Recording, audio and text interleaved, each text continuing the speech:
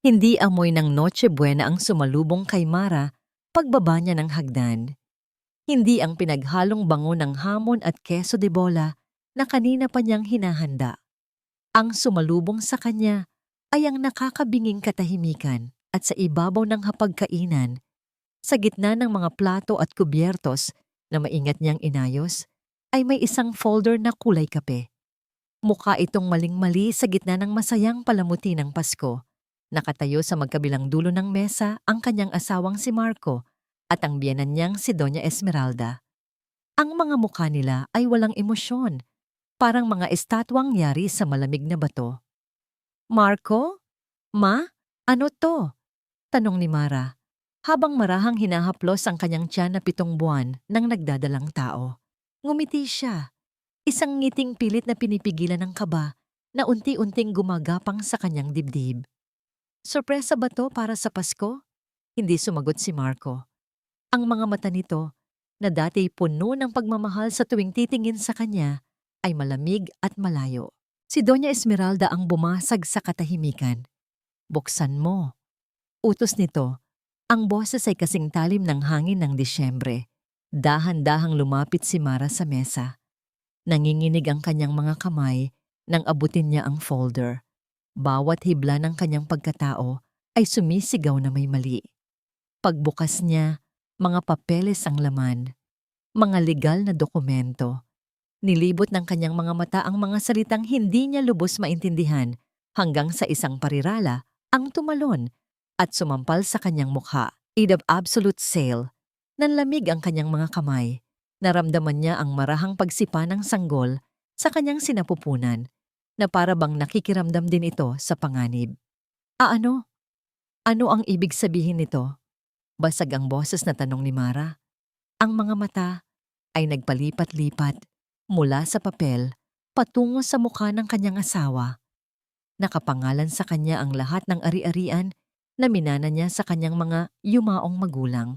At sa dokumentong ito, nakasaad na ipinagbibili niya ang lahat kay Marco. "Simpleng pirma lang, Mara," sabi ni Marco sa wakas. Ang boses ay walang anumang bakas ng paglalambing. "Pirmahan mo na para matapos na to." Matapos ang ano? Nagsimulang mag-init ang gilid ng mga mata ni Mara. "Marco, hindi ko maintindihan. Bakit?" Isang mapaklang tawa ang kumawala sa mga labi ni Doña Esmeralda. "Hindi mo maintindihan? Hayaan mong ipaintindi ko sa'yo, babae. Tapos na ang pakinabang namin sa'yo. Nakuha na ng anak ko ang pangalan ng pamilya mo. Ang kailangan na lang namin ay ang pera mo." Parang sinaksak ng libu-libong karayom ang puso ni Mara. Pero, pamilya tayo. Magkakaanak na tayo. At sa tingin mo ba, ay mahalaga sa akin ang batang yan? Dumagundong ang boses ni Marco. "Isang pagkakamali lang ang lahat ng ito, Mara. Isang paraan para makuha ko ang nararapat para sa akin." Tumulo ang luha na kanina pa niya pinipigilan. "Hindi, hindi totoo yan. Mahal mo ko, Marco. Mahal mo tayo." Hinablot ni Marco ang kanyang braso. Ang pagkakahawak ay mahigpit at masakit. "Wala akong minahal sa'yo. Ang minahal ko ay ang yaman na dala mo. At ngayon, ibibigay mo sa akin yan." "Hindi!" sigaw ni Mara, sinusubukang bumitaw. "Hindi ko ibibigay sa inyo ang para sa anak ko. Kung ayaw mong pumirma." Nagsalita muli si Doña Esmeralda. Lumapit ito at dinuro siya sa mukha. "Kung ganoon, wala ka ng lugar sa pamamahay na ito." Bago pa man makasagot si Mara, kinaladkad na siya ni Marco palabas ng bahay. Ang bahay na minana niya. Ang bahay kung saan binuo niya ang lahat ng kanyang pangarap. "Marco, maawa ka. Buntis ako." Pagmamakaawa niya, ngunit ang kanyang mga salita ay nawala sa hangin.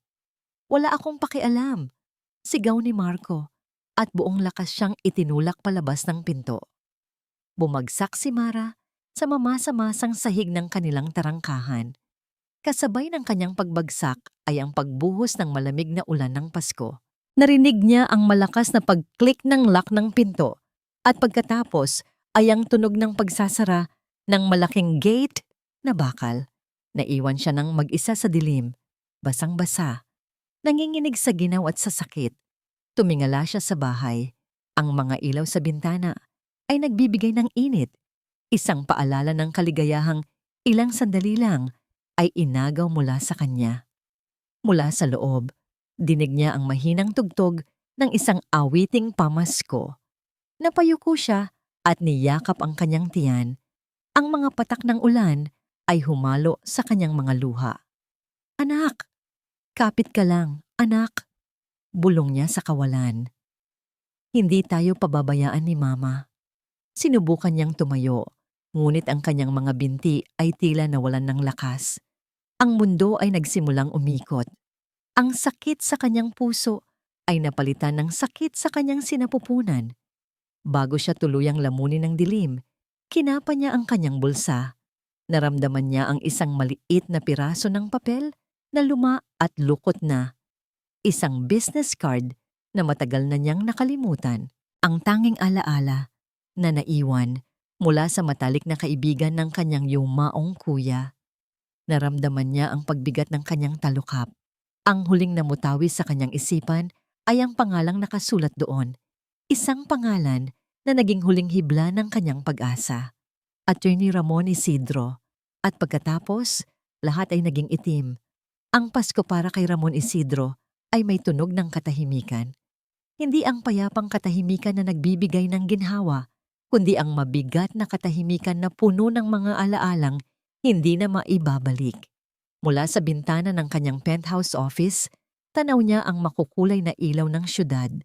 Ang bawat kumukutitap na parol ay tila isang pangungutya sa kadilimang bumabalot sa kanyang loob. Kinuha niya ang isang baso ng whiskey, naramdaman ang anghang nito sa kanyang lalamunan.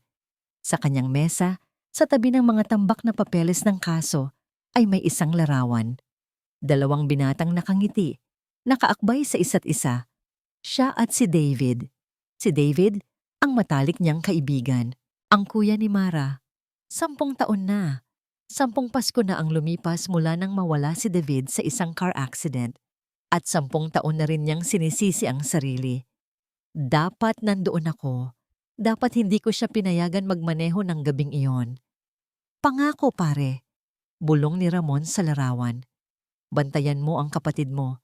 Hindi ko siya pababayaan." Isang pangakong hindi niya alam kung paano tutuparin. Matapos ang libing ni David, unti-unti na silang nagkalayo ni Mara. Bata pa ito noon, abala sa sariling mundo. At siya naman, nilamon ng batas at ng mga kaso. Biglang tumunog ang kanyang cellphone, binasag ang katahimikan, isang hindi rehistradong numero.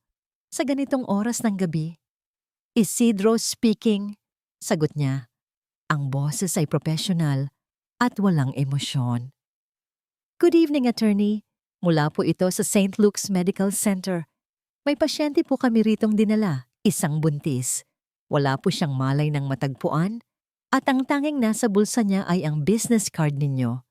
Napatayo si Ramon. "Anong pangalan ng pasyente?" Mara Sandoval Delgado po." Parang may humaplos na malamig na kamay sa batok ni Ramon. Mara. Hindi na siya nagabalang magpalit ng damit. Hinablot lang niya ang susi ng kanyang kotse at ang kanyang wallet at kumaripas ng takbo. Habang mabilis niyang tinatahak ang halos walang taong kalsada ng Pasko, bumalik sa kanya ang isa pang alaala. Isang kaso, 5 taon na ang nakalipas. Isang babaeng umiiyak sa opisina niya. Puno ng pasa, niloko at ninakawan ng asawa. Ginawa niya ang lahat, pero natalo sila sa korte. 1 linggo pagkatapos, nabalitaan na lang niyang tumalon ito mula sa isang gusali. Ang kabiguang yon ang nagpatigas sa kanyang puso. Simula noon, ipinangako niya sa sarili na ang batas ay batas lamang. Walang puwang ang emosyon, walang puwang ang awa. Pagdating niya sa ospital, naamoy niya agad ang pinaghalong amoy ng gamot at Xiaoduji. Itinuro siya ng nurse sa isang silid sa emergency room. At doon, nakita niya si Mara, nakahiga sa kama, maputla ang mukha, May nakakabit na dextrose sa kamay. Ang damit niya ay basa pa rin at marumi. Ang malaki niyang tiyan ang unang napansin ni Ramon. Ang huli niyang pagkikita dito ay noong kasal nito. Masaya ito, puno ng pag-asa. Ang babaeng nasa harap niya ngayon ay anino na lang ng nakaraan. Maya-maya, dahan-dahang iminulat ni Mara ang kanyang mga mata. Nanlalabo pa ang mga ito at pagkatapos ay tumuon sa kanya. Atin Isidro, mahinang tanong nito. Ang boses ay paos. Ramon na lang, sagot niya. Pilit pinapanatili ang distansya. Anong nangyari sa'yo, Mara? At doon, nagsimulang bumuhos ang mga luha ni Mara. Sa gitna ng mga hikbi, ikinuwento niya ang lahat. Ang mga dokumento, ang pagtataboy, ang kalupitan ni Marco at Doña Esmeralda. Bawat salita ay parang isang patalim na tumatarok sa konsensya ni Ramon. Hindi ko siya pinabayaan. Nilibot ng tingin ni Ramon ang payak na silid ng ospital. Heto siya ngayon, nag-iisa, walang-wala. Nakinig siya ng walang imik, walang pag-alo, walang salita ng simpatiya. Tanging ang matigas na ekspresyon sa kanyang mukha. Nang matapos si Mara, ang tanging lumabas sa bibig niya ay, "Nasaan ang mga papeles na sinasabi mo?"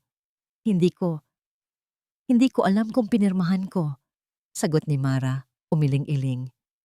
"Hindi ko na maalala." Tumango si Ramon. Ito na ang alam niyang teritoryo. Ang batas. "Okay, makinig ka sa akin, Mara. Mula ngayon ako na ang abogado mo. Huwag kang kakausap ng kahit sino nang wala ako. Huwag kang pipirma ng kahit ano. Naiintindihan mo?" Tumango lang si Mara. Ang mga mata ay puno ng pasasalamat at takot. "Tutulungan kita, Mara," sabi ni Ramon. Ang boses ay kasing lamig ng bakal. "Pero linawin natin. Ginagawa ko ito para kay David. Trabaho lang ito. Walang personalan. Isang kasinungalingan." Alam niyang sa sandaling makita niya si Mara, sa kalagayan nitong yon, naging personal na ang lahat. Inayos niya ang lahat sa ospital at dinala si Mara sa isang maliit ngunit ligtas na condominium unit na pag-aari niya. Isang lugar na walang nakakaalam. "Dito ka muna," sabi niya. Inilapag ang maliit na bag na naglalaman ng mga gamit na ipinabili niya. "Ligtas ka rito. Bukas, mag-uumpisa na tayo." Paalis na sana si Ramon nang marinig niyang magsalita si Mara. "Salamat, Ramon." Huminto siya sa may pinto, ngunit hindi lumingon. "Magpahinga ka na." Pagkasara niya ng pinto, napasandal siya rito. Napapikit siya ng mariin. Ang imahe ni Mara na nakahandusay sa kama ng ospital ay nakatatak sa kanyang isipan, katabi ng imahe ng dati niyang kliyente. Hindi na niya hahayaang maulit iyon.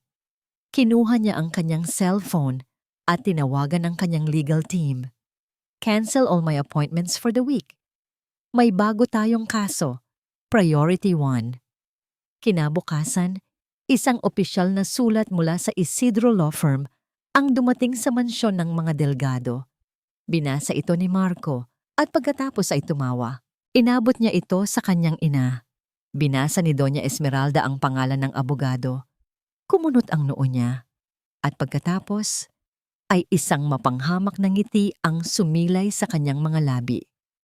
"Ramon Isidro, ang kaibigan ng patay niyang kapatid?" sabi niya. Napakaliit talaga ng mundo. Tumingin siya kay Marco. "Huwag kang mag-alala, anak. Akala ba ng babaeng iyon ay ganoon lang kadali?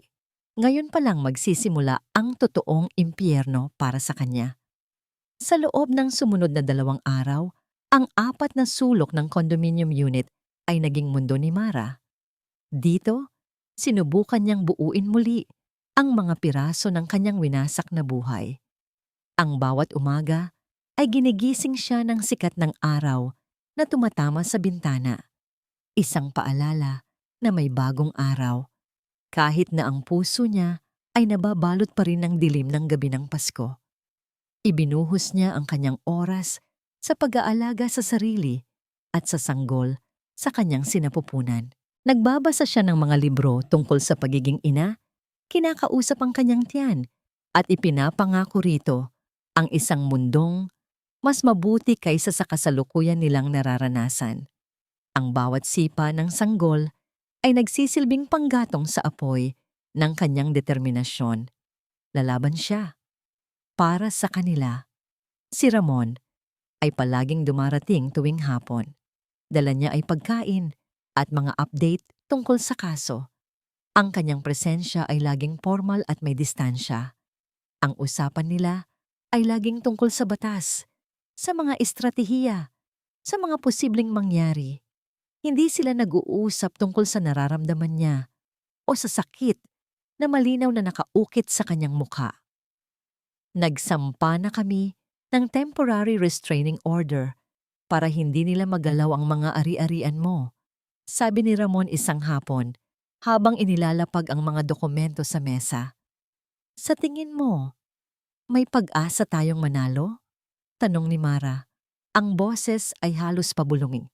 Sa batas, laging may pag-asa basta't nasa iyo ang katotohanan. Sagot ni Ramon, hindi tumitingin sa kanya. Ang atensyon ay nasa mga papel. Ang kailangan lang natin ay patunayan iyon. Sa kabila ng kalamigan ni Ramon, nagpapasalamat si Mara. Siya ang bato na kanyang kinakapitan sa gitna ng rumaragasang agos. Isang umaga, habang naghahanda siya ng almusal, tumunog ang intercom. Inaasahan niyang si Ramon iyon, kahit na masyado pang maaga. Good morning, Ma'am Mara, sabi ng gwardiya sa lobby. May delivery po para sa inyo. Isang sobre lang po. Sige po, pakidala na lang po sa pinto. Sagot niya. Nang buksan niya ang pinto, isang sobre na walang pangalan ng nagpadala ang iniabot sa kanya. Puno ng pagtataka, binuksan niya ito. Ang laman ay isang kopya ng dyaryo, isang tabloid na kilala sa mga eskandalosong balita.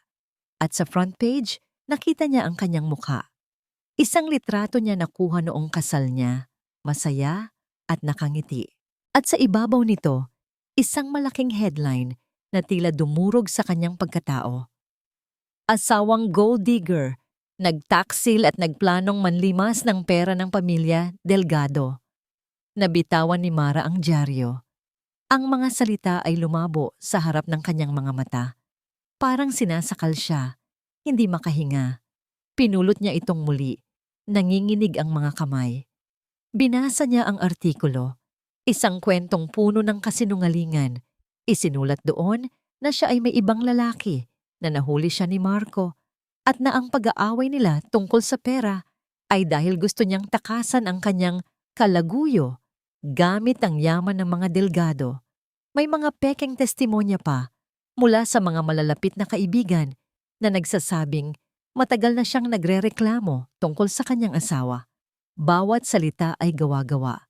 Bawat pangungusap ay isang lason. Biglang tumunog ang kanyang cellphone, isang pangalan ng kaibigan mula sa kolehiyo. Umaasa, sinagot niya ito. Hello, Claire? Mara, totoo ba yung nabasa ko? Tanong ng nasa kabilang linya, ang boses ay puno ng paghusga. Hindi ko akalain na magagawa mo yan kay Marco. Ang bait-bait niya sa'yo. Hindi na hinintay ni Mara ang iba pang sasabihin. Pinatay niya ang tawag. Ngunit sunod-sunod na pumasok ang mga mensahe. Mula sa mga dating katrabaho, mga kamag-anak, mga taong akala niya ay kakampi niya. Lahat ay puno ng galit, ng pandidiri, ng panghuhusga. Nakakahiya ka. Hindi ka na naawa sa asawa mo. Kaya pala malaki ang tiyan mo. Baka hindi pa kay Marco yan. Ang huling mensahe ang tuluyang nagpaguho sa kanya. Napahagulhol siya, niyakap ang sarili habang nakaupo sa sahig. Iyon pala ang sinasabi ni Doña Esmeralda na impyerno. Hindi lang nila kinuha ang kanyang yaman. Kinuha rin nila ang kanyang pangalan, ang kanyang dignidad. Nang dumating si Ramon makalipas ang isang oras, natagpuan niya si Mara sa ganoong kalagayan. Nakakalat sa sahig ang dyaryo. Umiiyak ito ng walang tunog. Ang mga balikat ay nayayanig. Mabilis na pinulot ni Ramon ang tabloid. Isang tingin lang at nag-alab ang galit sa kanyang mga mata. Isang marumi at desperadong galaw. Umupo siya sa tapat ni Mara, ngunit sa pagkakataong ito, may kakaiba sa kanyang kilos. Hindi na ito kasing lamig, kasing layo.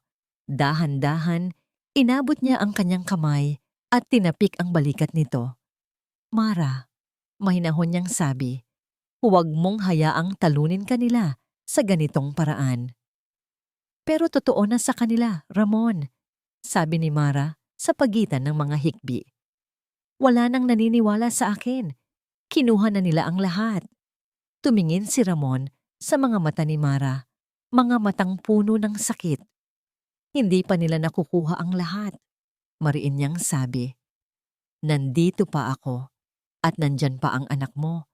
At ang katotohanan, Mara, ay hindi matatalo ng kahit anong kasinungalingan sa dyaryo.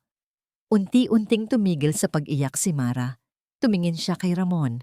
Sa gitna ng galit sa mga mata nito, may nakita siyang determinasyon. Isang determinasyong tila nanghahawa. Pinunasan niya ang kanyang mga luha. Dahan-dahan siyang tumayo. Tinulungan ni Ramon. Anong susunod nating gagawin? Tanong niya. Ang boses ay nanginginig pa rin, ngunit may bakas na ng tapang. Isang maliit na ngiti ang sumilay sa gilid ng iyong labi ni Ramon. Ngayon, lalaban na tayo. Kinuha niya ang kanyang cellphone at tumawag sa kanyang investigador. Leo, I need a full financial background check on Marco Delgado's company, Delgado Holdings. Every transaction, every investor, every single cent. Something's not right. Pagkababa niya ng tawag, bumaling siya kay Mara.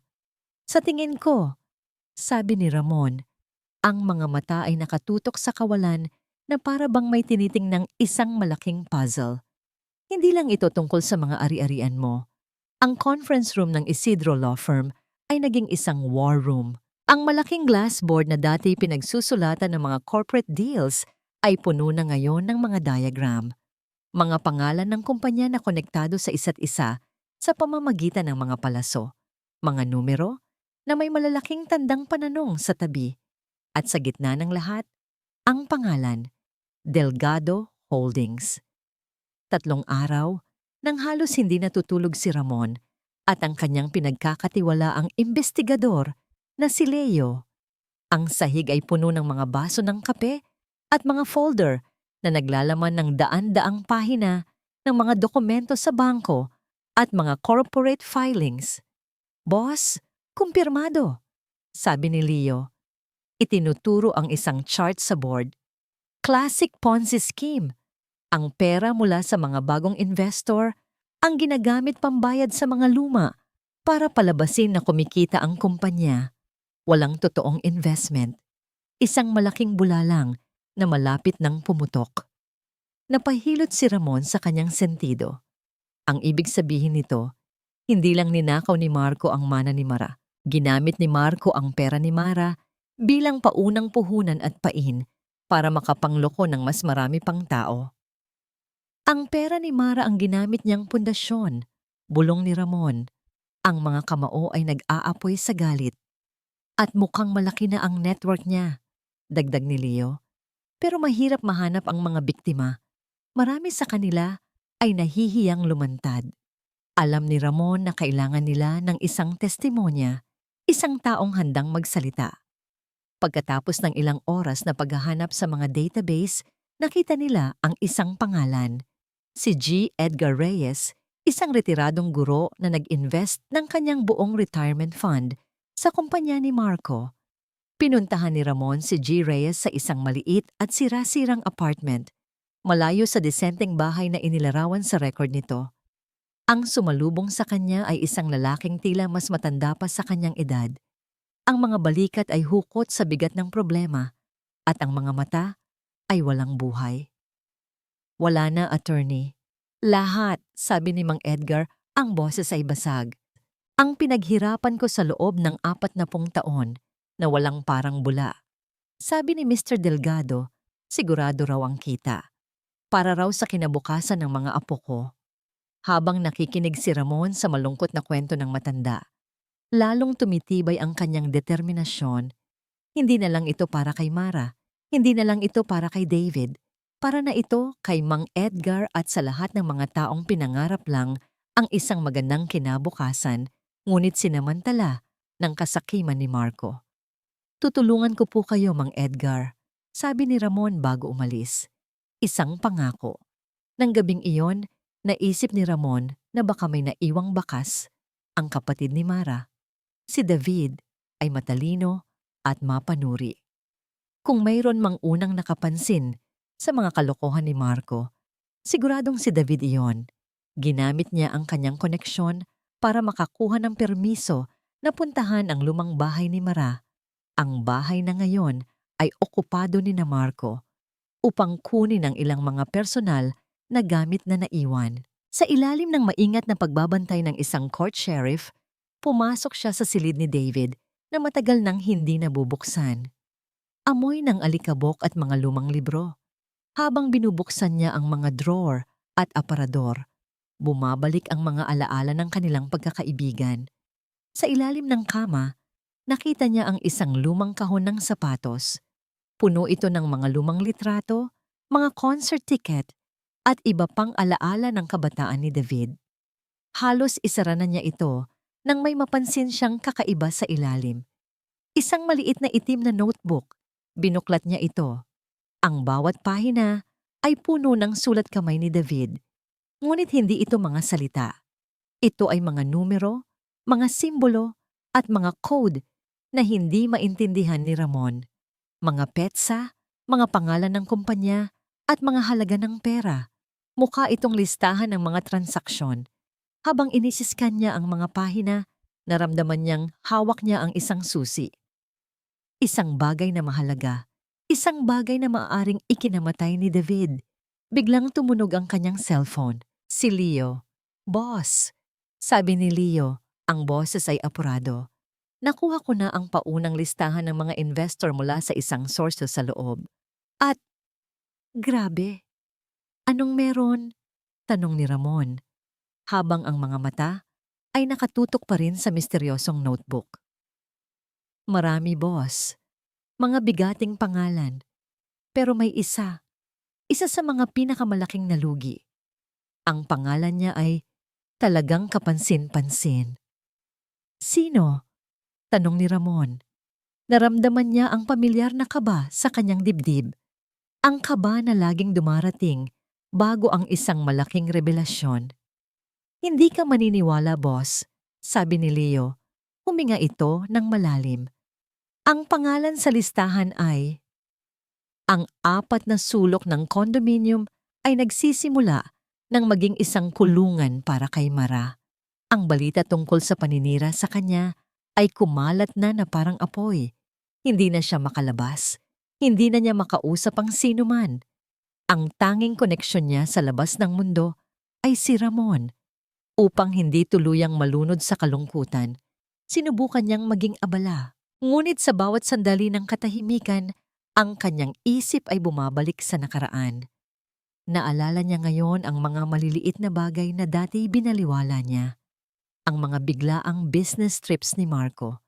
Ang mga mamahaling regalo na hindi niya alam kung saan nanggagaling ang pambili. Ang mga lihim na tawag sa telepono na bigla nitong ibinababa kapag papalapit siya. Pinakamasakit ang alaala ng mga huling araw ng kanyang Kuya David. Flashback, nasa hardin sila ng kanilang bahay. Si David ay seryosong nakatingin sa kanya. "Mara, sigurado ka na ba talaga kay Marco?" tanong nito. Ang boses ay puno ng pag-aalala. "Kuya naman," sagot ni Mara. Medyo naiinis. "Paulit-ulit na lang tayo. Mahal ko siya at mahal niya ako." "Hindi yun ang punto ko," giit ni David. "It's his investments. Masyadong maganda para maging totoo. Ang pera ay nakakabulag, Mara. Nag-iingat ka ba?" "Pinagdududahan mo ba siya, kuya?" Tumaas ang boses ni Mara. "Dahil lang ba hindi siya kasing yaman natin noon? Ang sama mo naman." Nakita niya ang sakit sa mga mata ng kanyang kapatid. Tumayo ito at ginulo ang kanyang buhok. "Hindi sa ganoon, bunso.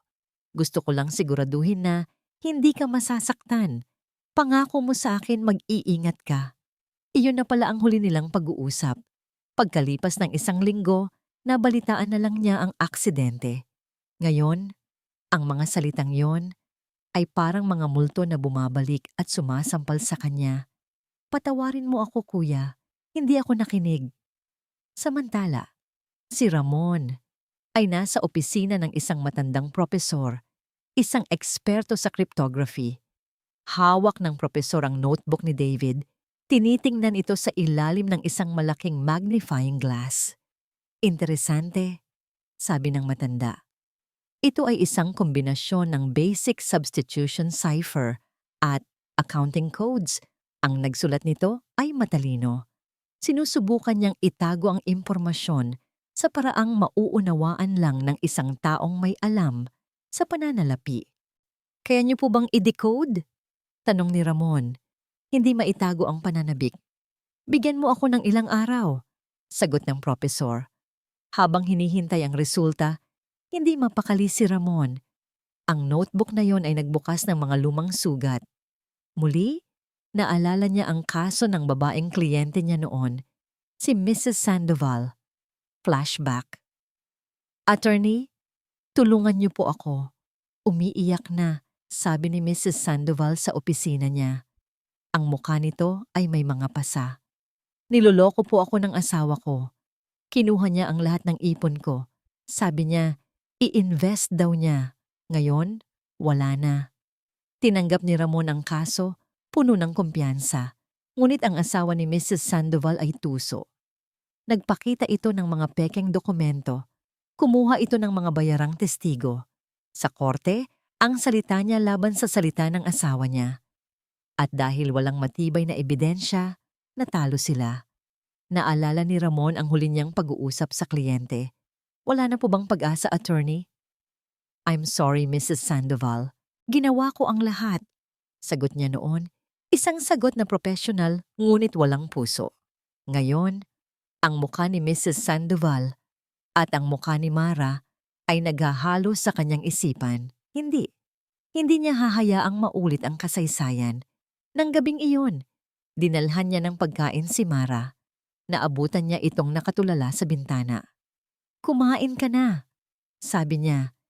Inilapag ang mga lalagyan. Ramon, nagsalita si Mara, hindi lumilingon. Naging tanga ba ako? Hindi agad nakasagot si Ramon. Umupo siya sa kabilang upuan. Hindi ka tanga, Mara. Nagmahal ka lang. At nagtiwala. Sana pala nakinig ako kay kuya. Sa pagkakabanggit kay David, isang bagay ang nagbago sa pagitan nila.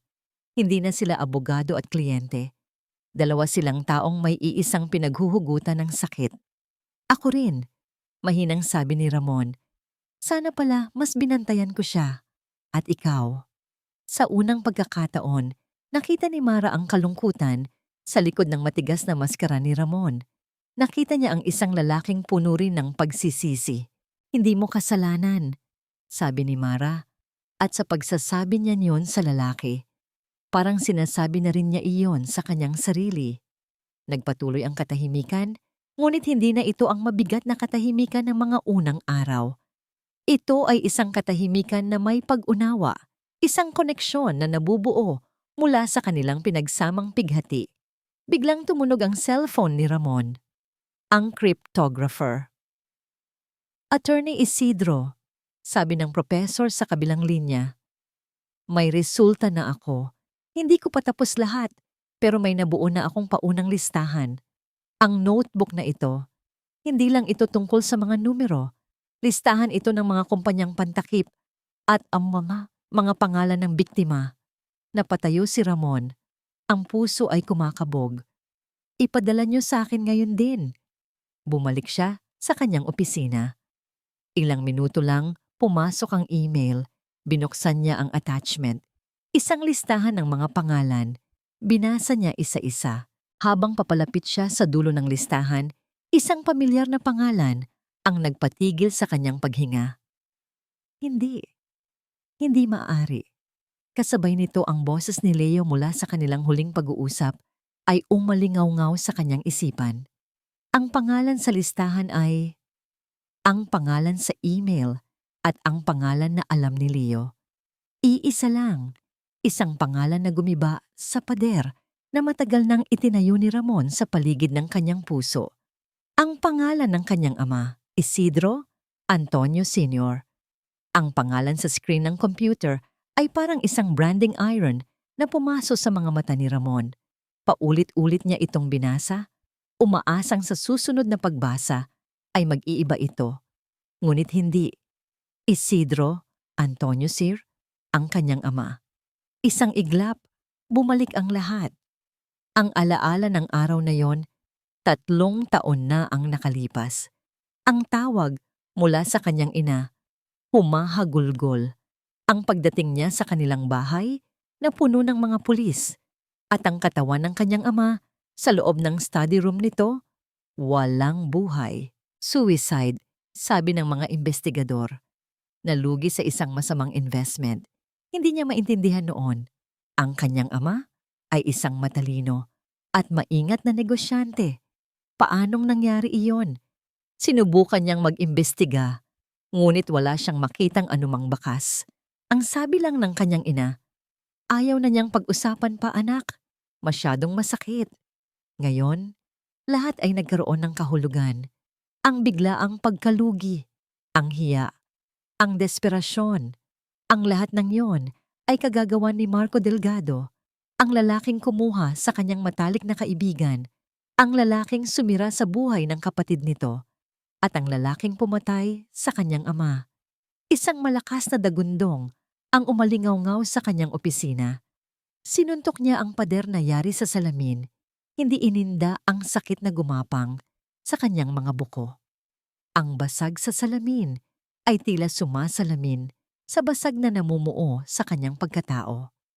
Ang kalamigan at profesionalismo na matagal niyang iningatan ay natunaw na parang yelo sa gitna ng apoy. Ang natira ay purong galit. Isang galit na nag-aapoy, naghahanap ng paghihiganti. Dinampot niya ang isang litrato sa kanyang mesa. Siya at ang kanyang ama, kuha noong graduation niya sa law school. Ang nangiti ng kanyang ama ay puno ng pagmamalaki. Pinatay kanila pa. Bulong ni Ramon. Ang boses ay nanginginig sa pinaghalong pighati at puot. Pinatay ka ng hayop na yon. Hindi na ito isang kaso. Ito ay naging personal. Samantala, sa condominium unit, naramdaman ni Mara ang isang matinding paninikip sa kanyang tiyan. Napahawak siya rito, napangiwi sa sakit. Sanay na siya sa mga banayad na sipa at paggalaw ng sanggol. Ngunit iba ito. Matalim. Sinubukan niyang huminahon. Iniisip na baka dala lang ito ng stress. Humiga siya, hinaplos ang kanyang tiyan, at kinakausap ang kanyang anak. Anak, dahan-dahan lang. Huwag mong biglain si mama. Ngunit hindi nawala ang sakit. Maya-maya, tumunog ang kanyang cellphone. Isang mensahe mula sa isang numerong hindi niya kilala. Mag-isa ka lang ano? Nanindig ang balahibo ni Mara. Paano nalaman ng taong ito?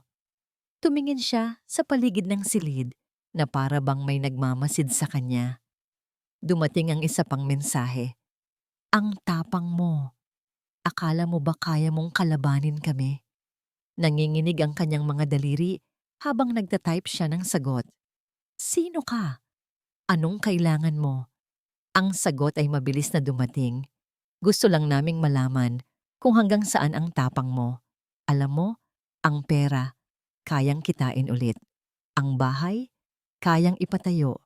Pero ang buhay, kasabay ng pagbasa niya sa huling salita, naramdaman niya muli ang matinding kirot sa kanyang sinapupunan, mas malakas kaysa kanina. Napasigaw siya sa sakit, at isa pang mensahe ang dumating na para bang alam na alam ng nagpadala kung ano ang nangyayari sa kanya. Isa lang yan. Gulat at takot ang sabay na bumalot sa kanya. Yumuko siya at sa gitna ng kanyang mga binti, sa kanyang damit, nakita niya ang isang maliit na patak ng dugo. Pula. Ang kulay ng panganib. Gumuho ang mundo ni Mara. Ang tapang na unti-unti niyang binubuo ay biglang naglaho. Pinalitan ito ng purong takot para sa kanyang anak, ang tanging yaman na natitira sa kanya. Kinuha niya ang cellphone balak tawagan si Ramon, ngunit isa pang mensahe ang humarang sa kanya.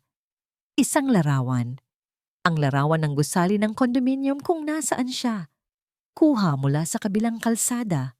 Isang patunay na nagmamasid sila. At sa ilalim nito, isang huling mensahe. Kung itutuloy mo pa to, ang anak mo ang isusunod namin. Sa opisina ni Ramon, hawak niya ang kanyang telepono. Naghahanda ng tawagan ng kanyang team para sa isang all-out war.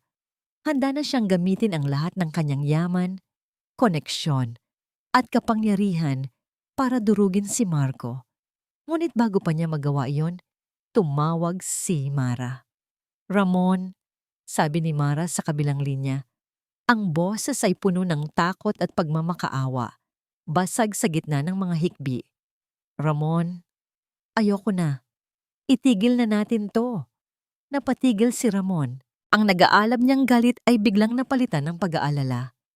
Mara, anong nangyari? Ayos ka lang ba? Hindi, hindi ako ayos, sigaw ni Mara. Gagalawin nila ang anak ko, Ramon. Ayoko na. Hayaan na natin sila. Ibibigay ko na ang lahat. Wag lang ang anak ko. Parang awa mo na. Narinig ni Ramon ang tunog ng ambulansya sa background ng tawag ni Mara. At sa sandaling iyon, ang dalawang taong puno ng sariling pighati at galit ay pinag-isa ng isang emosyon, ang dalisay na takot. Parang isang nag-aalab na bala, tinahak ni Ramon ang traffic ng gabi. Bawat pulang ilaw ay isang kalbaryo. Bawat pagbagal ng sasakyan sa harap niya ay isang pagsubok sa kanyang pasensya. Ang tanging naririnig niya sa kanyang isipan ay ang umiiyak na boses ni Mara at ang tunog ng sirena ng ambulansya. Pagdating niya sa ospital, ang eksenang sumalubong sa kanya ay nagpadugo sa kanyang puso. Nakahiga si Mara sa isang stretcher sa emergency room, namumutla. Ang mga mata ay namumugto sa kaiiyak habang sinusuri siya ng mga doktor. Attorney Isidro? Sabi ng isang doktor na lumapit sa kanya. Ako po si Dr. Santos. Stable na po si Mrs. Delgado at ang baby. Nagkaroon po siya ng spotting, malamang dahil sa matinding stress. Kailangan niya ng complete bed rest at iwasan ang anumang bagay na makakadagdag sa kanyang stress. Salamat, Doc, sabi ni Ramon. Kahit na ang salitang salamat ay tila walang bigat. Pumasok siya sa cubicle kung nasaan si Mara. Nang makita siya ni Mara, muling bumuhos ang mga luha nito. Ramon. Umupo si Ramon sa tabi ng kama. Sa unang pagkakataon, hinawakan niya ang kamay ni Mara. Malamig ito at nanginginig. Ligtas na kayo, sabi niya. Ang boses ay mahinahon. Sinusubukang itago ang sarili niyang nagngangalit na galit. Hindi ko hahayaang may mangyaring masama sa inyo. Pero paano? Humikbi si Mara. Nakita nila ako, Ramon. Alam nila kung nasaan ako. Paano kung bumalik sila? Tumingin si Ramon sa mga mata ni Mara, mga matang puno ng takot na nauunawaan niya. Ito ang parehong takot na nakita niya sa mga mata ng kanyang ina noong namatay ang kanyang ama.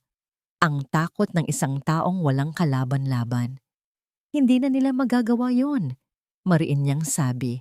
Hinigpitan niya ang hawak sa kamay nito. Ako ang bahala. Pangako. Sa sandaling iyon, hindi na iyon ang pangako ng isang abogado sa kanyang kliyente. Hindi na rin iyon ang pangako niya kay David. Iyon ay pangako niya kay Mara. Biglang, isang anino ang tumabon sa kanilang dalawa. Anak, Mara, anong nangyari sa'yo? Ang boses na yon, ang boses na nagdudulot ng lason. Doña Esmeralda, kasama si Marco sa likod niya, parehong may suot na maskara ng pag-aalala. Automatikong tumayo si Ramon, inilagay ang sarili sa pagitan nila at ni Mara. Anong ginagawa ninyo rito? Tanong niya. Ang boses ay malamig at puno ng pagbabanta. Kami ang pamilya, sagot ni Doña Esmeralda, puno ng pagkukunwari. Nabalitaan namin ang nangyari. Nag-aalala lang kami sa aming apo. Ngumisi si Ramon. Apo, ang apo na handa ninyong ipagpalit sa pera? Ang apo na tinakot ninyo ng kamatayan ilang oras lang ang nakalipas? Nakita ni Ramon ang bahagyang pagkagulat sa mga mata ni Marco. Isang kumpirmasyon na sila nga ang may gawa. Wala kaming alam sa sinasabi mo. Mabilis na sagot ni Marco. Sinusubukang bawiin ang postura. Nandito kami para alukin si Mara na bumalik na sa bahay. Doon, maalagaan siya ng mabuti. Para ano? Para pwersahin siyang pumirma ulit? Sarkastikong tanong ni Ramon. Umalis na kayo. O tatawag ako ng security. Tumingin si Doña Esmeralda kay Mara. Ang mga mata ay nagbabaga. Isipin mong mabuti, Mara. Ang kapakanan ng anak mo. Yan lang ang dapat mong isipin. Isang payo na tunog na parang isang banta. Pagkaalis ng mag-ina, muling napahagulhol si Mara. Tama sila, Ramon. Sabi niya, dapat kong isipin ang anak ko. Itigil na natin to. Please, umiling si Ramon. Lumuhod siya sa tabi ng kama para magpantay ang kanilang mga mata. Mara, makinig ka sa akin. Seryoso niyang sabi. Kung susuko ka nga ngayon, habang buhay ka nilang hahabulin. Habang buhay kang matatakot. Habang buhay na magiging anino na lang. Ganyan ba ang buhay na gusto mong ibigay sa anak mo? Isang ina na laging takot? Tumagos ang mga salita ni Ramon sa puso ni Mara. Pero anong gagawin natin? Lalaban tayo, sabi ni Ramon. Pero hindi na sa paraang gusto nila. Hindi na tayo magtatago. Ilalabas natin ang laban sa liwanag. Sa sandaling iyon, nagdesisyon si Ramon. Tama na ang pagtatago ng mga alas. Oras na para magpakita ng nangipin. Kinuwento niya kay Mara ang lahat. Ang tungkol sa Ponzi scheme, ang tungkol sa notebook ni David, at sa huli, huminga siya ng malalim at sinabi ang pinakamabigat sa lahat. Ang tatay ko, Mara, isa siya sa mga biktima ni Marco. Nagpakamatay siya dahil sa pagkalugi. Ang kasong ito, hindi na lang ito para sa'yo. Para na rin ito sa kanya. Nanlaki ang mga mata ni Mara. Ngayon, naintindihan na niya ang bigat na dinadala ni Ramon. Ang kanilang mga individual na laban ay iisa lang pala ang pinagmumulan. Ang kanilang mga pighati ay magkadugtong. Hinawakan ni Mara ang kamay ni Ramon. Sa pagkakataong ito, siya naman ang nagbigay ng lakas. Kung ganoon, sabi niya, ang boses ay mahina, ngunit matatag. Ang mga luha ay napalitan ng determinasyon. Laban kong laban, para sa anak ko, para kay kuya, at para sa tatay mo. Habang nag-uusap sila, tumunog ang telepono ni Ramon. Si Leo. Boss, may lead ako, sabi ni Leo sa kabilang linya. Ang dating executive secretary ni Marco, si Melissa Reyes, bigla siyang nag-resign isang linggo pagkatapos mamatay ni David Sandoval. Kaduda-duda. Hanapin mo siya, Leo, utos ni Ramon. Siya na ang susi natin. Ngunit pagkatapos ng ilang sandali, muling tumawag si Leo. Ang boses nito ay puno ng pagkadismaya. Boss, may problema. Sinubukan kong puntahan ang address niya. Walang tao. Sabi ng mga kapitbahay, isang buwan na siyang umalis. Walang nakakaalam kung nasaan siya. Ang sumunod na linggo ay naging isang desperadong paghahanap. Ginugol ni Ramon at ng kanyang team ang bawat oras sa paghahanap sa nawawalang kalihim, si Melissa Reyes. Tiningnan nila ang lahat ng flight records, bus manifests, at financial transactions. Ngunit tila naglaho itong parang bula. Walang anumang bakas. Profesional ang pagkawala niya, boss, sabi ni Leo kay Ramon. Ang mukha ay puno ng pagkabigo. Malamang binayaran siya ng malaki para magtago. O mas malala pa. Ang mas malala pa ay isang posibleng katotohanan na ayaw isipin ni Ramon, ngunit alam niyang posible. Kung kaya nilang ipapatay si David, walang imposible. Habang abala sila sa paghahanap, si Mara naman ay inilipat ni Ramon sa isang mas secure na lugar, isang pribadong suite sa isang mamahaling ospital kung saan may mga gwardiya sa labas ng kanyang pinto 24/7. Ang kanyang kalusugan ay bumubuti na, ngunit ang kanyang isipan ay hindi mapakali. Ang bawat anino, bawat tunog sa labas ng kanyang pinto ay nagdudulot ng kaba. Ang tanging nagpapanatili sa kanyang katinoan ay ang presensya ni Ramon. Araw-araw itong nandoon, hindi bilang abogado, kundi bilang isang kaibigan. Nagdadala ito ng pagkain. Nagkukwento ito tungkol sa mga kaso niya. Minsan, tahimik lang silang nakaupo. Ang presensya ng isa't isa ay sapat na. Isang hapon, habang nag-uusap sila, isang court sheriff ang dumating sa silid ni Mara. May dalang isang makapal na sobre. Para kay Miss Mara Sandoval Delgado, sabi ng sheriff. Binuksan ito ni Ramon. Ang kanyang mukha ay dahan-dahang nagbago mula sa pagkalito patungo sa purong pagkagalit. Anong laman yan? Tanong ni Mara, kinakabahan. Hindi sumagot si Ramon. Inabot na lang niya ang mga papeles kay Mara. Isang countersuit. Isang kaso na isinampa ni Marco laban sa kanya. Adultery at attempted fraud. Nakalakip doon ang mga ebidensya. Mga litrato niya kasama ang isang lalaking hindi niya kilala. Nakuha sa mga anggulong mukha silang magkarelasyon. Mga kopya ng mga bank statement na peke na nagpapakitang naglilipat siya ng pera mula sa account ni Marco patungo sa isang offshore account. At ang pinakamasakit sa lahat, isang sinumpaang salaysay mula sa kanilang kasambahay, si Aling Nena, na nagsasabing personal niyang nakita si Mara na may kasamang ibang lalaki sa kanilang pamamahay. Hindi totoo to, sabi ni Mara. Ang boses ay nanginginig. Si Aling Nena, na itinuring niyang parang pangalawang ina. Paanong? Binayaran nila siya, Mara, sabi ni Ramon. Ang mga ngipin ay nagngangalit. Binayaran nila ang lahat. Isa itong demolition job. Ang plano ni Marco ay malinaw. Sirain ang kredibilidad ni Mara bago pa man sila makarating sa korte. Kung mapapatunayan nilang masama ang kanyang pagkatao, hihina ang anumang akusasyon na ibabato niya laban sa kanila. Gumuho muli ang mundo ni Mara. Para siyang nasa isang bangungot na walang katapusan. Sa bawat hakbang na ginagawa nila paabante, tila 10 hakbang naman ang itinutulak sa kanila paatras. Mayroon pa tayong alas, Mara, sabi ni Ramon. Sinusubukang maging matatag para sa kanilang dalawa. Ang notebook ni David. Yun ang pinakamatibay nating ebidensya. Hindi nila kayang pabulaanan yun. Kailangan ko nang umalis, sabi ni Ramon. Pupuntahan ko ang opisina. Kukunin ko ang notebook at ibibigay sa cryptographer para tapusin na niya ang pag-decode. Kailangan na nating kumilos. Hinalikan niya si Mara sa noo. Isang kilos na nagpagulat sa kanilang dalawa. Mag-iingat ka. Babalik ako agad. Kumaripas ng takbo si Ramon patungo sa kanyang opisina.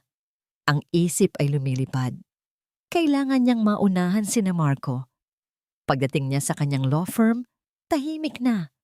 Gabi na at nakaalis na ang lahat ng kanyang mga empleyado. Dumiretso siya sa kanyang opisina at binuksan ang malaki niyang cabinet na bakal. Ngunit ang sumalubong sa kanya ay isang tanawing nagpatigil sa pagtibok ng kanyang puso. Ang maliit na safe sa loob ng cabinet kung saan niya itinago ang notebook ni David ay nakabukas at wala itong laman. Kinapa niya ang loob. Umaasang baka nalaglag lang ito sa gilid. Ngunit wala. Ang pinakaimportanteng ebidensya nila ay nawawala. Napaluhod si Ramon. Tiningnan niya ang paligid. Walang sira ang pinto. Walang basag na bintana. Kung sino man ang kumuha nito, alam niya kung nasaan ito. May nagtraidor sa kanya mula sa loob. Napatingin siya sa kanyang mesa. Ang litrato niya at ni David ay tila nangungutya sa kanya. Nabigo na naman ako, pare. Nabigo na naman ako. Sa unang pagkakataon, mula noong namatay ang kanyang ama, naramdaman ni Ramon ang kumpletong pagkatalo. Wala silang testigo. Wala silang ebidensya. At ang kliyente niya ay sinisiraan na sa mata ng publiko at ng batas. Sinubukan nilang lumaban, ngunit sa huli, natalo sila. Nanalo ang pera at kapangyarihan. Kasabay ng kanyang pagsuko, tumunog ang kanyang telepono, isang unregistered number. Sinagot niya ito. Walang nagsalita sa kabilang linya. Tanging isang mahinang pagtawa ang narinig niya, isang tawang pamilyar. At pagkatapos, isang boses na binago ng computer ang nagsalita, malamig at walang kaluluwa. "Attorney?" sabi ng boses. "May mga laban na hindi mo kayang ipanalo. Sumuko ka na." Pagkatapos ay namatay ang linya. Napatungo si Ramon sa kanyang mesa, ang ulo ay nasa kanyang mga palad. Ang bigat ng buong mundo ay tila nasa kanyang mga balikat. Tapos na ang laban. Ang balita tungkol sa nawawalang notebook ay parang isang pako na tuluyang nagsara sa kabaong ng pag-asa ni Mara. Nang sabihin ito sa kanya ni Ramon sa telepono, wala na siyang naramdamang galit o sakit. Tanging isang nakakamanhid na pakiramdam ng pagkatalo. Para siyang isang manlalangoy na napagod na sa kasasagwan sa gitna ng karagatan at nagpa siya na lang na hayaan ang sariling lumubog. "Tapos na, Ramon," sabi niya. Ang boses ay walang buhay. Nanalo na sila. Sa kabilang linya, naririnig niya ang mabigat na paghinga ni Ramon. "Mara, I'm sorry. Hindi mo kasalanan." Putol niya rito. "Salamat sa lahat. Pero, tama na." Pagkababa ng telepono, nagsimula siyang mag-impake ng kanyang iilang gamit. Aalis siya. Magtatago sa isang lugar kung saan hindi na siya mahahanap ni na Marco. Doon, palalakihin niya ang kanyang anak ng mag-isa, sa kapayapaan, kahit nasa kahirapan. Mas mabuti na yon kaysa sa isang buhay ng patuloy na pakikipaglaban at takot. Habang isinasara niya ang kanyang bag, may kumatok sa pinto ng kanyang silid. Isang nurse. "Ma'am Mara, may nagpadala po nito para sa inyo," sabi ng nurse. Iniaabot ang isang maliit at simpleng brown na kahon. Wala itong pangalan ng nagpadala. Tanging ang pangalan niya lang ang nakasulat. "Sino raw po ang nagbigay?" tanong ni Mara. "Pinaiwan lang po sa front desk, ma'am. Sabi po, urgent daw," sagot ng nurse bago umalis. Puno ng pag-aalinlangan, binuksan ni Mara ang kahon. Ang tanging laman nito ay isang itim na USB flash drive.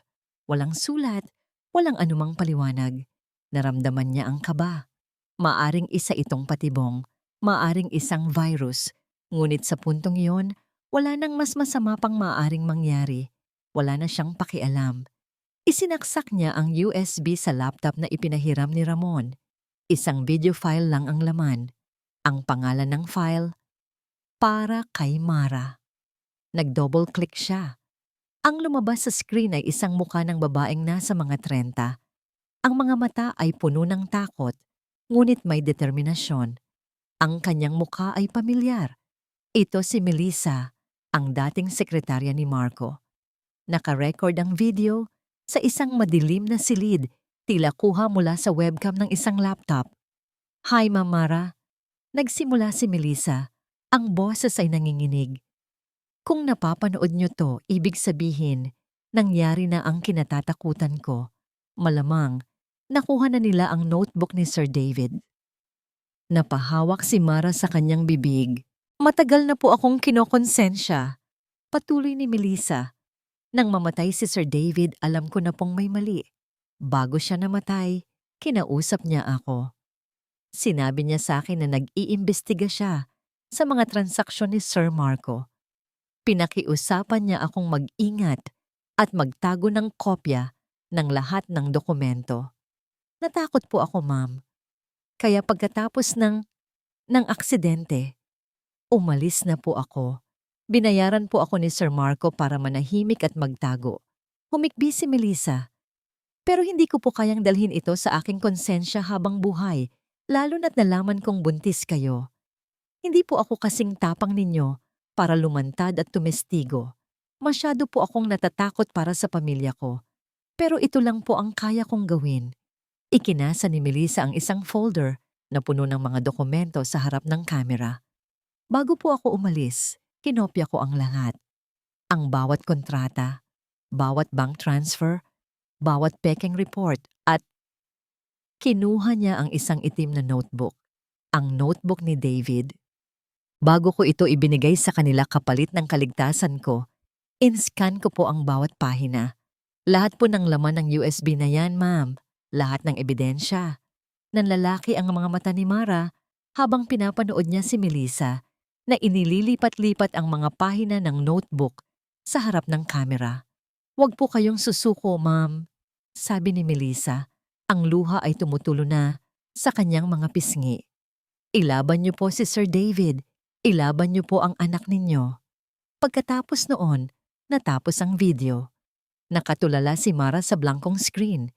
Dahan-dahan, binuksan niya ang iba pang files sa USB.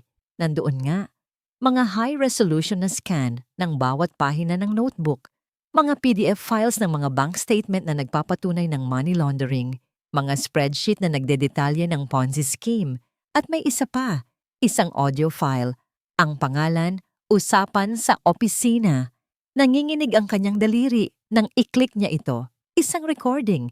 Ang boses ni Marco at Doña Esmeralda, malinaw na malinaw. "Sigurado ka bang malinis ang pagkakagawa, Marco?" Tanong ng boses ni Doña Esmeralda. "Oo, ma. Mukha itong aksidente. Walang makakapagsabi," sagot ni Marco. "Mabuti. Masyado na siyang maraming alam. Sagabal lang siya sa mga plano natin." At ang huling salita mula kay Doña Esmeralda, mga salitang tumatak sa kaluluwa ni Mara na parang nagbabagang bakal. Ang preno ng kotse niya, dapat magmukha talagang aksidente. Nabitawan ni Mara ang laptop. Napasandal siya sa pader, humihingal, na para bang ninakawan siya ng hangin. Hindi ito aksidente. Pinatay nila ang kapatid niya. Ang kalmadong pagkatalo na naramdaman niya kanina ay biglang naglaho. Pinalitan ito ng isang bagong damdamin. Isang damdamin na mas malakas kaysa sa takot, mas matindi kaysa sa sakit. Puot. Kinuha niya ang kanyang cellphone. Ang kanyang mga daliri ay hindi na nanginginig. Matatag na. Tinawagan niya si Ramon. Nang sagutin nito ang tawag, ang boses ni Ramon ay pagod at walang pag-asa. "Mara?" Hindi siya nagsalita. Pinindot niya lang ang play button sa audio file at itinapat ang speaker ng cellphone sa speaker ng laptop. Narinig niya ang biglaang pananahimik sa kabilang linya habang pinapakinggan ni Ramon ang pag-uusap ng mag-ina.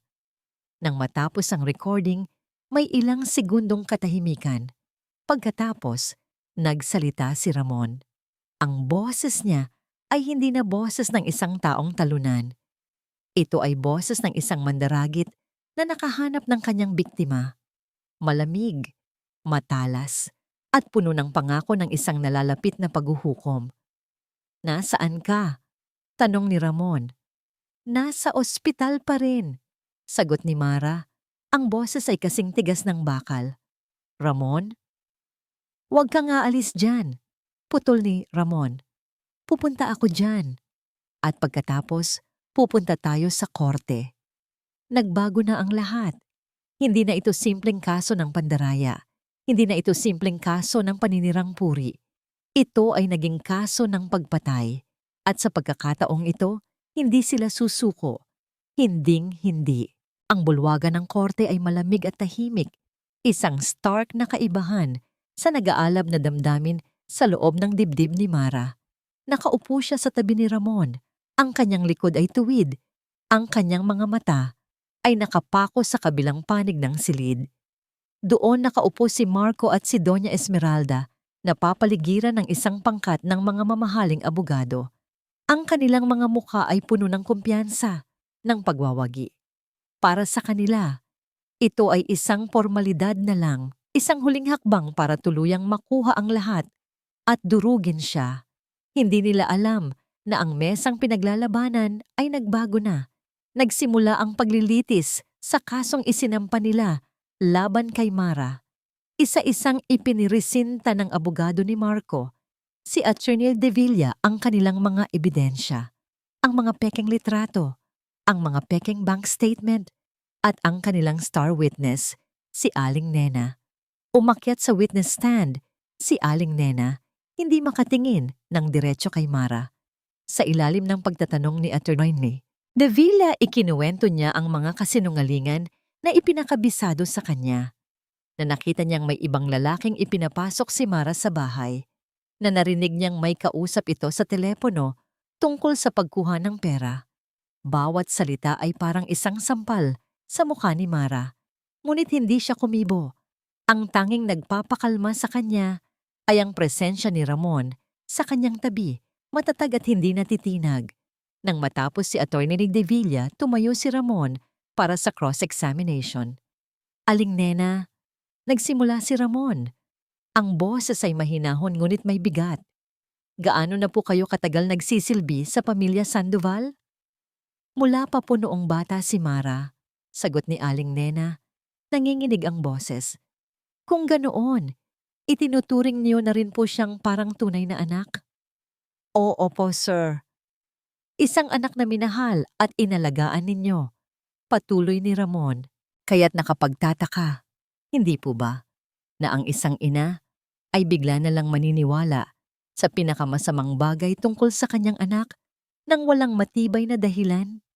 Nag-iba ang tono ni Ramon, naging mas matalas. Sabihin niyo sa korte, Aling Nena, magkano ang ibinayad sa inyo ni Doña Esmeralda para sirain ang buhay ng anak ninyo? Objection, Your Honor.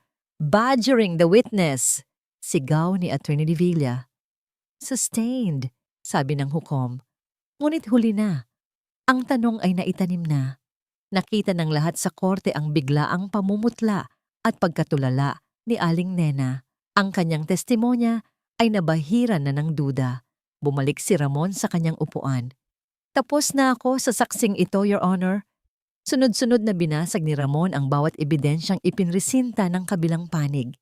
Ipinakita niya ang mga inconsistencies sa mga petsa ng litrato. Ipinatawag niya ang isang bank expert na nagpatunay na ang mga bank statement ay pinake. Ang kumpiyansa sa mukha ni na Marco at Doña Esmeralda ay unti-unting napalitan ng inis at pag-aalala.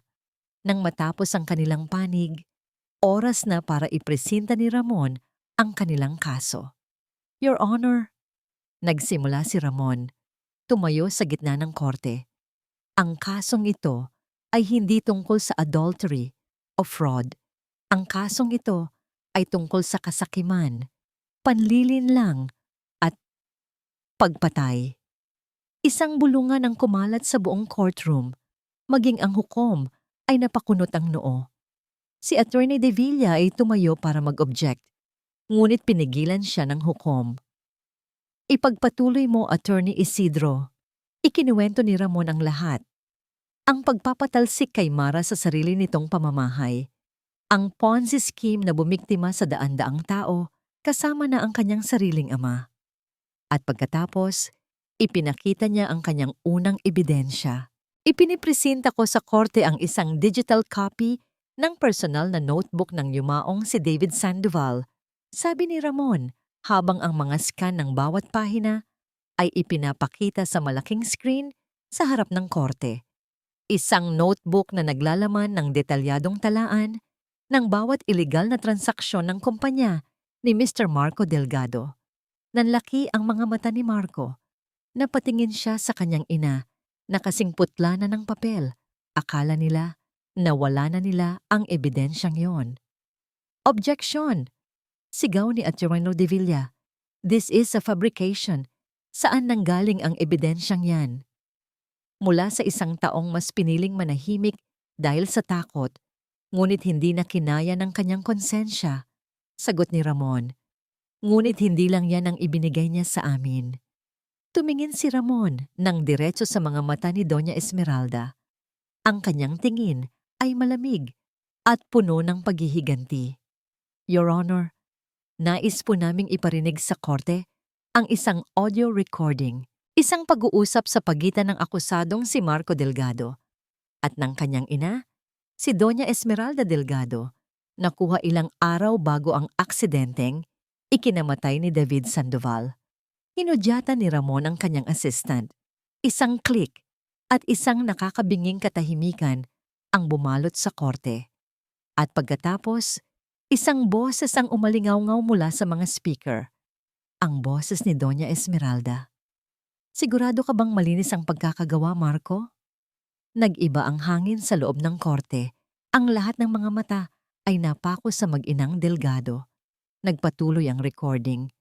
Oo ma, mukha itong aksidente. Walang makakapagsabi. Sa puntong yon, tumayo si Marco. Itigil nyo yan. Illegal yan, hindi yan totoo. Sit down, Mr. Delgado. Sigaw ng hukom. Ang kanyang boses ay dumagundong. Ngunit walang makakapigil sa huling mga salita ng recording, ang mga salitang magiging hatol sa kanila. Ang preno ng kotse niya, dapat magmukha talagang aksidente. Nang matapos ang recording, walang sino man sa korte ang makapagsalita. Ang tanging maririnig ay ang mabigat na paghinga ng lahat. Tumingin si Ramon sa namumutlang mukha ni Doña Esmeralda na tila nakakita ng multo. Doña Esmeralda? Tanong ni Ramon. Ang boses ay kalmado, ngunit may diin na parang martilyo. Kinikilala niyo po ba ang boses na yon? Ang tanong ni Ramon ay nakabitin sa hangin, mabigat at puno ng akusasyon. Lahat ng mga mata sa korte ay nakatutok kay Doña Esmeralda, naghihintay ng kanyang sagot. Nakatulala lang siya, ang bibig ay bahagyang nakabukas. Ang mga mata ay nanlalaki sa takot at hindi makapaniwala. Ang maskara ng isang respetadong matriarch ay tuluyan ng gumuho. Inilalantad ang halimaw sa ilalim nito. Hindi ako yan. Pautal-utal niyang sabi. Ang boses ay mahina at nanginginig. Gawa-gawa lang yan. Isang paninira. Kung ganoon, Doña Esmeralda, nagsalita muli si Ramon. Lumalakad papalapit sa witness stand kung saan siya pinaupo. Handa po ba kayong sumailalim sa isang voice analysis test para patunayan na hindi kayo ang nasa recording? Ang katahimikan ni Doña Esmeralda ang nagsilbing sagot. Hindi pa tapos si Ramon. Ipinatawag niya sa stand ang cryptographer, ang matandang propesor na nag-decode ng notebook. Professor, maaari niyo bang sabihin sa korte kung ano ang natagpuan ninyo sa huling pahina ng notebook ni Mr. David Sandoval? Tanong ni Ramon. Isinuot ng propesor ang kanyang salamin at binasa ang isang dokumento. Ayon sa huling entry, na may petsang kapareho ng araw ng kanyang pagkamatay, nakasulat dito, sa Tagalog, kakausapin ko si Marco sa bodega, mamayang 10:00 ng gabi. Kailangan na niyang itigil ito bago pa may masirang buhay.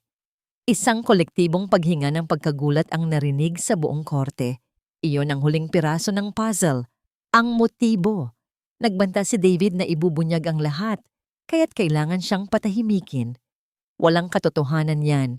Sigaw ni Marco mula sa kanyang upuan, hindi na mapigilan ang sarili. Nag-iimbento lang kayo.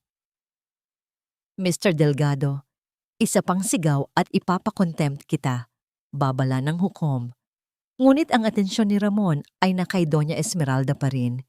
Nakita niya ang luhang namumuo sa mga mata nito. Nakita niya ang pagkasira ng isang ina na handang gawin ang lahat para sa kanyang anak, kahit na ito ay kasamaan.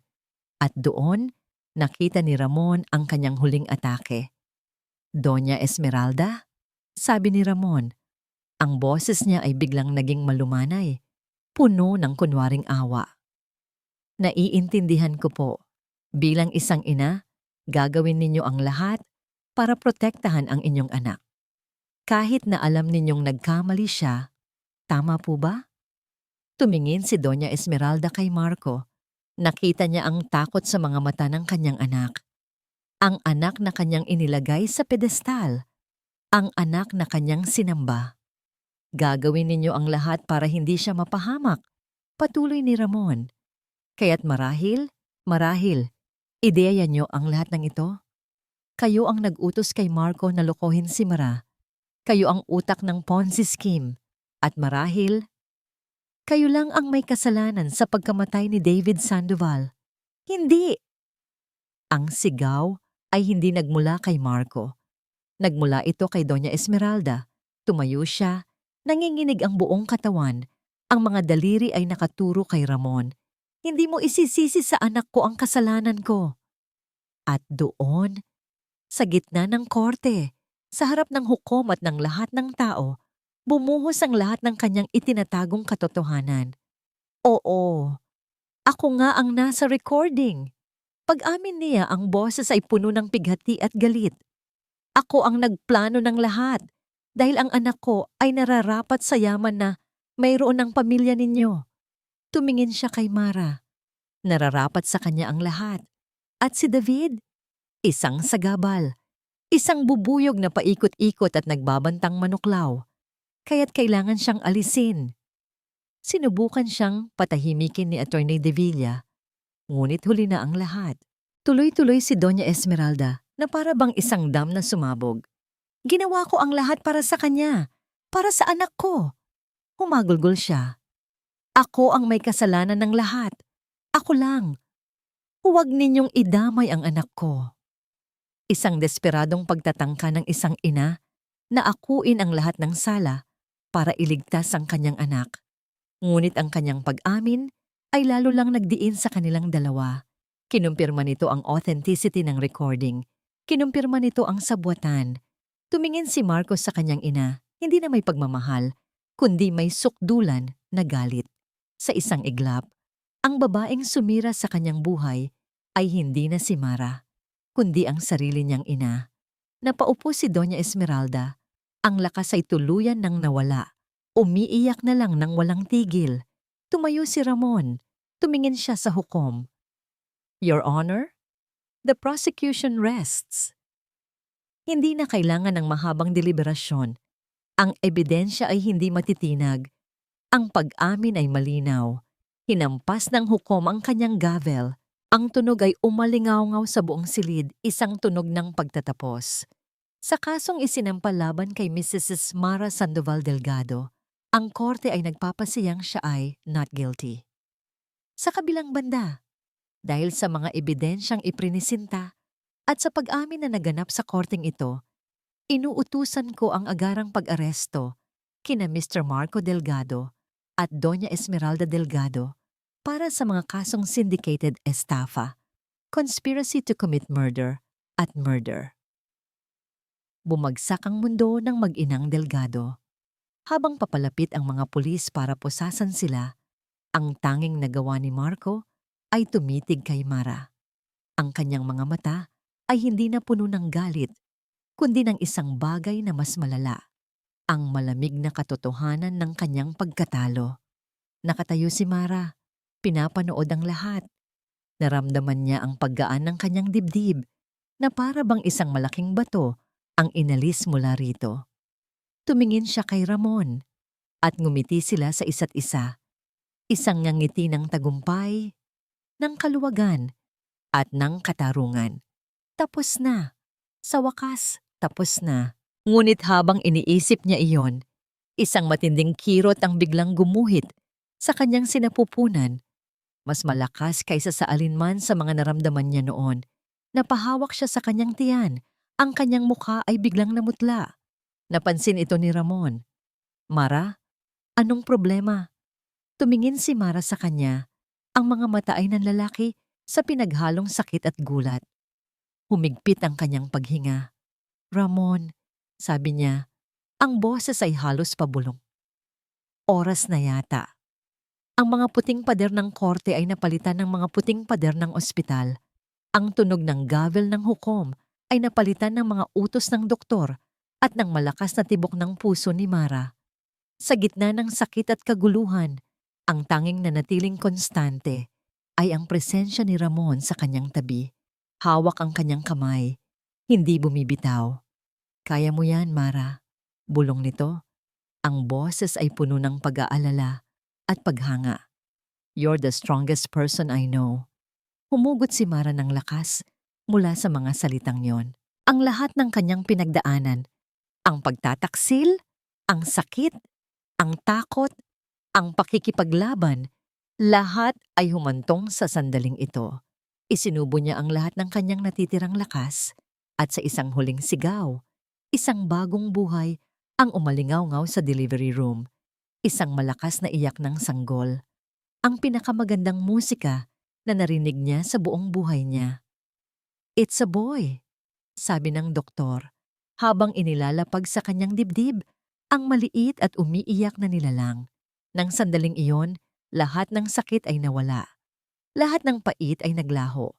Habang tinititigan niya ang perpektong mukha ng kanyang anak, tanging purong pagmamahal na lang ang natira. Tumingin siya kay Ramon na may mga luha ring namumuo sa mga mata. "Nagawa natin," sabi ni Mara. Ang boses ay puno ng pagod at kaligayahan. Ngumiti si Ramon, isang tunay na ngiti na umabot sa kanyang mga mata. "Nagawa mo." 3 taon ang lumipas. Ang sikat ng araw ay masayang tumatagos sa mga salaming bintana ng isang bagong tayong gusali. Sa harapan, may isang malaking arko na may nakaukit na mga salita, "Bahay Pag-asa." A sanctuary for women. Nakatayo sa entablado si Mara, hindi na ang babaeng takot at wasak, kundi isang babaeng puno ng kumpiyansa at kapayapaan. Sa kanyang tabi ay isang makulit na batang lalaki na mahigpit ang hawak sa kanyang kamay. Ang bawat isa sa atin dito ay may dalang kwento. Nagsimula si Mara. Ang kanyang boses ay umaalingaw-ngaw sa harap ng maraming kababaihan na may iba't ibang pinagdaanan. Mga kwento ng sakit, ng pagkawala, at ng kadiliman. Ako mismo, dumaan sa isang gabi na akala ko ay wala ng katapusan. Isang Pasko na walang tala. Nilibot niya ng tingin ang mga mukha sa harap niya. Ngunit natutunan ko na ang pinakamalalim na sugat ay maaaring maging pinagmulan ng pinakamatinding lakas. Natutunan kong ang mga bitak sa ating puso ang siyang nagpapapasok ng liwanag. Ang Bahay Pag-asa ay itinayo mula sa mga piraso ng isang winasak na buhay. Patuloy niya. Ngunit ngayon, ito ay magiging isang pundasyon para sa mga bagong simula. Dito, walang sino man ang nag-iisa. Dito, ang bawat luha ay may karamay. At dito, ang bawat babae ay muling matututong lumaban, mangarap, at mabuhay. Pagkatapos ng kanyang talumpati, sinalubong siya ng masigabong palakpakan. Lumapit sa kanya ang kanyang anak. "Mama, galing mo po." "Salamat anak," sagot ni Mara. Hinahaplos ang buhok ng bata. "David Ramon, behave ka ha?" Mula sa gilid ng entablado, isang lalaki ang papalapit. May dalang isang bouquet ng mga bulaklak. Si Ramon. Ang dating lamig sa kanyang mga mata ay matagal nang napalitan ng init at pagmamahal. "You were amazing," sabi niya. Inaabot ang mga bulaklak. "We were amazing." Pagtatama ni Mara, ngumiti. "Papa Ramon!" Sigaw ng bata at tumakbo para yumakap sa mga binti ni Ramon. Binuhat ni Ramon ang bata at magkasama silang 3 na pinanood ang mga babaeng nagsisimula ng magkwentuhan at magtawanan sa loob ng santuaryong itinayo ni Mara.